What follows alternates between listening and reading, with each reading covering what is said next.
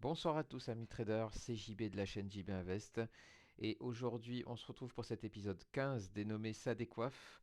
Très franchement aujourd'hui j'ai jamais autant vu une journée boursière aussi folle par rapport aux actions que j'ai en portefeuille, mais on va voir ça tout de suite, on va passer au listing. Mais avant, avertissement sur les risques, attention, investir en bourse comporte des risques. Je ne suis pas habilité pour faire de la formation du conseil boursier. Tout contenu que je propose est à but pédagogique et ne doit pas être considéré comme une recommandation d'achat ou de vente de valeurs boursières. Vous êtes seul responsable des informations fournies dans cette vidéo. N'hésitez pas à vous abonner et à partager, ça me fera super plaisir. Passons tout de suite au CAC 40. Comme vous voyez ici, alors je suis en vue mensuelle parce que je voulais me rendre compte du truc, nous avons un plus haut historique sur le CAC 40. Donc quand je parle CAC 40, c'est le CAC 40 sans compter les dividendes réinvestis. Je pense que celui-là est encore plus dans son plus haut de tous les temps. Comme vous voyez, on est en clôture plus haut que le 13 décembre 2023. Voire même, il faut voir, non, c'était déjà le plus haut. Donc vous voyez, ça y est, on est en terrain inconnu. Maintenant, vous voyez que la résistance a été gapée, comme on dit. C'est un signal très fort. Et bah écoutez, ça inaugure que du bon pour la suite, hein, en espérant que ça tienne. Vous voyez le pro screener en bas à gauche, ça y est, il est parti en live complètement. Et donc du coup, bah, on va commencer à faire notre listing d'actions. Mais avant, je vous montre ici mon compte Bourse Direct. Voilà, donc aujourd'hui on a un gain de 229 euros de plus-value par rapport à la séance de la veille. J'ai effectué des prises de profit sur ma deuxième stratégie, Quality.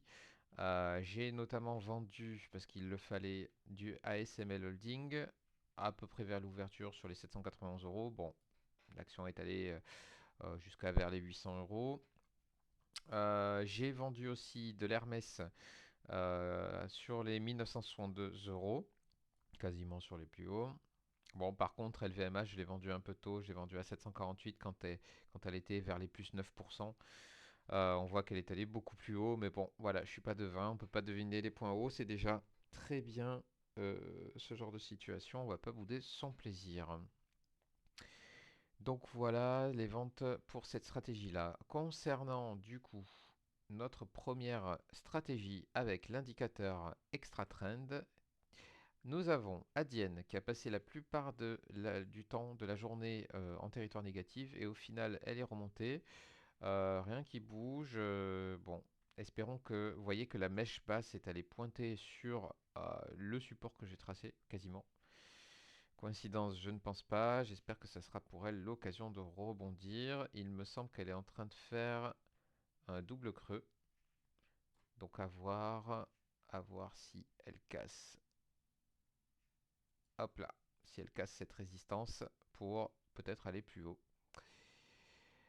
Air liquide, ça fait rien. On reste dans la zone neutre. Elle est vraiment neutre. Du coup, pourtant, il y a eu pas mal de volume. Bon, on verra ce qui se passe plus tard. Alten a gapé à la hausse, n'a pas comblé son gap et du coup me régale parce que comme vous le voyez ici, nous avons notre ligne de stop qui est en train de monter vers notre prix d'achat. Ce qui veut dire que dans les prochains jours, on devrait, si la situation reste à peu près pareille, stable ou qu'elle continue à évoluer, on devrait pouvoir neutraliser ce trade. Arcadis, nouveau plus haut en clôture. Comme vous voyez, ça se passe très bien. Bah écoutez, je remonte le stop et on continue comme ça. Bam, Groep n'a strictement rien fait aujourd'hui, donc on va passer. Biomérieux fait un nouveau plus haut, malgré la mèche haute. Bon, on remonte le stop, on va voir ce qui se passe après. CTP, ça reste stable au niveau du stop. C'est bien monté aujourd'hui, ça a bien creusé par contre pendant la journée. On va voir si ça va redonner de l'élan pour l'action. Danone reste stable depuis 3, 6, 9, 10 séances, donc 2 semaines. Bah écoutez, si ça construit et que ça peut aller plus haut, moi je dis pas non. Euronav, bon, ça reste stable, ça monte légèrement au niveau du stop, mais il se passe pas grand-chose. FDJ, c'est resté stable, ça a creusé un peu, mais c'est remonté. vers la fin. Donc vous voyez que mon stop là, ça y est, je suis en positif. On va dire que le risque est neutralisé sur mon trade. On va voir comment tout ça va se consolider. Mais en tout cas, je ne risque plus rien. GTT, ah, ouais, c'est pas la seule action, mais c'est la déception un peu du jour. Elle passe en territoire neutre. On va voir ce qui se passe par la suite si elle va réagir. KPN, bon, ça reste après la grosse baisse et l'étoile filante, une petite hausse aujourd'hui. Bon, on va voir ce qui se passe. Le stop monte légèrement.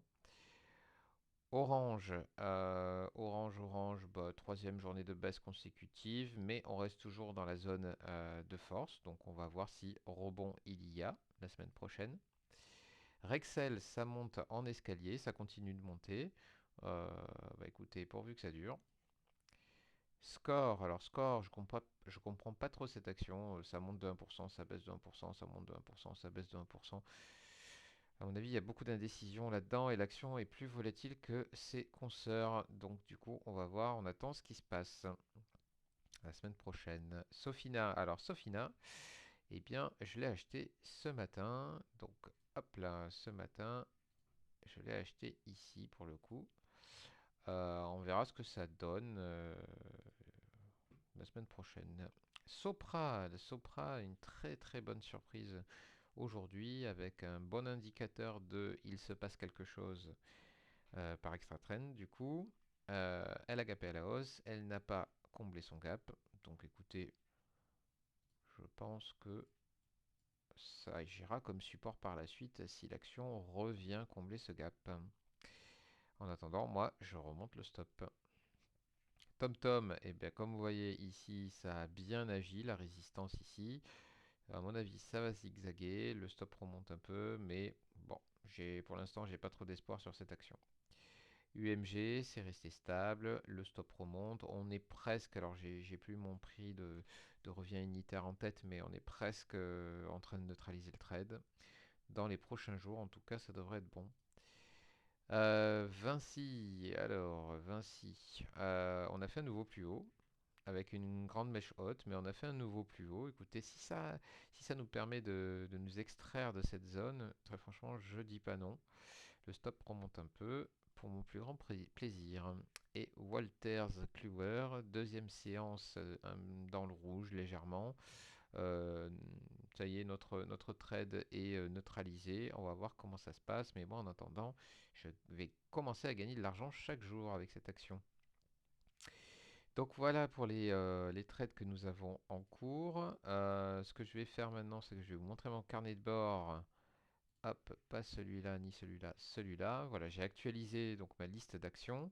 J'ai intégré Sofina. J'ai mis à jour tous les stops par rapport à ce que vous avez vu sur ce que vous venez de voir sur ProRealTime. Et donc du coup, ça me donne, hop là, ça me donne un troisième trade qui a été neutralisé. Donc ici, c'est... Alors, on en a plusieurs. Alors, je me souviens plus hier si Walters... Oui, Walters Kluwer était déjà neutralisé, il me semble, ou quasi. Par contre, FDJ, là, comme vous voyez, ça y est, c'est parti. On a un gain de 8 euros. Bon, c'est pas très impressionnant pour l'instant, mais on attend les prochains jours pour l'évolution du stop et surtout l'arrivée peut-être de 3 nouveaux. KPN, je sais pas encore, elle végète un petit peu. Par contre, Universal, ah, on a Vinci qui est pas très loin. On a Alten qui arrive à fond les ballons parce que ça monte pas mal. Et puis, si Sopra est dans une bonne disposition, je pense que on pourrait l'avoir rapidement arrivé dans la zone verte. Je n'ai pas mis à jour, pardon, cette valorisation 33801. Voilà, donc en gros actuellement, donc avant de faire ma mise à jour, j'avais 415 euros de risque, je suis passé à 382. Donc pourquoi j'étais à 415? Parce que j'ai rajouté, enfin pourquoi ça, il y en a plus qu'hier, parce que j'ai rajouté Sofina, qui donc m'a rajouté 33 euros de risque. Et donc là maintenant, je suis à 382 euros de risque, soit un niveau de risque qui correspond à 1,13% de mon capital. J'ai en montant engagé 10 079,30 €, donc je suis sur ma target de me dire pour cette stratégie, je ne mets que 10 000 euros.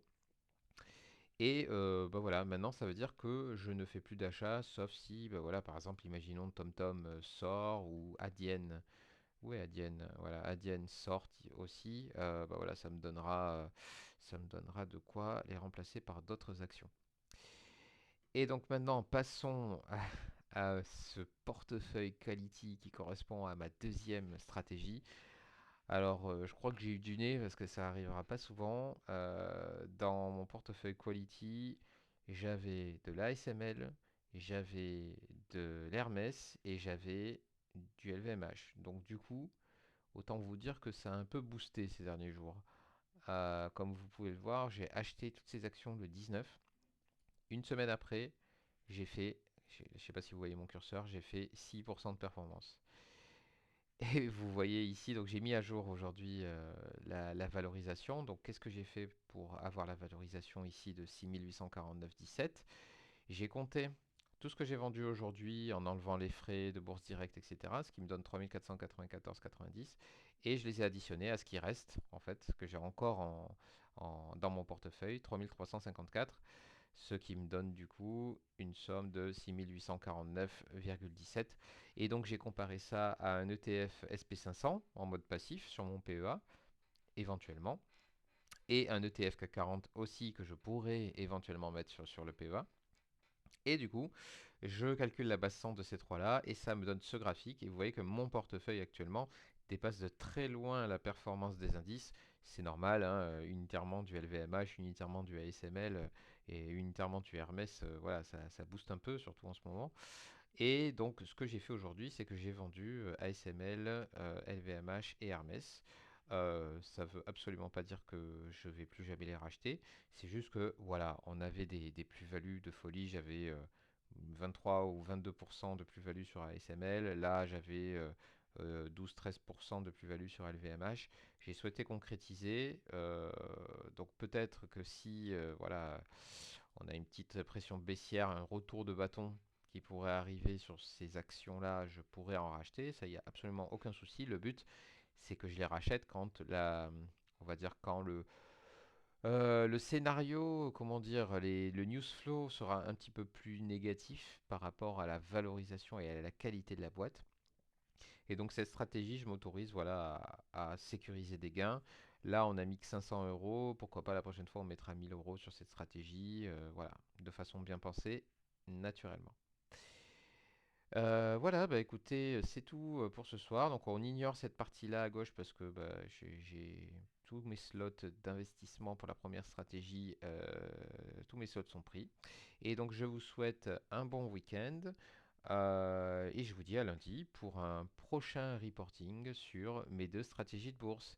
Passez un bon week-end, à bientôt.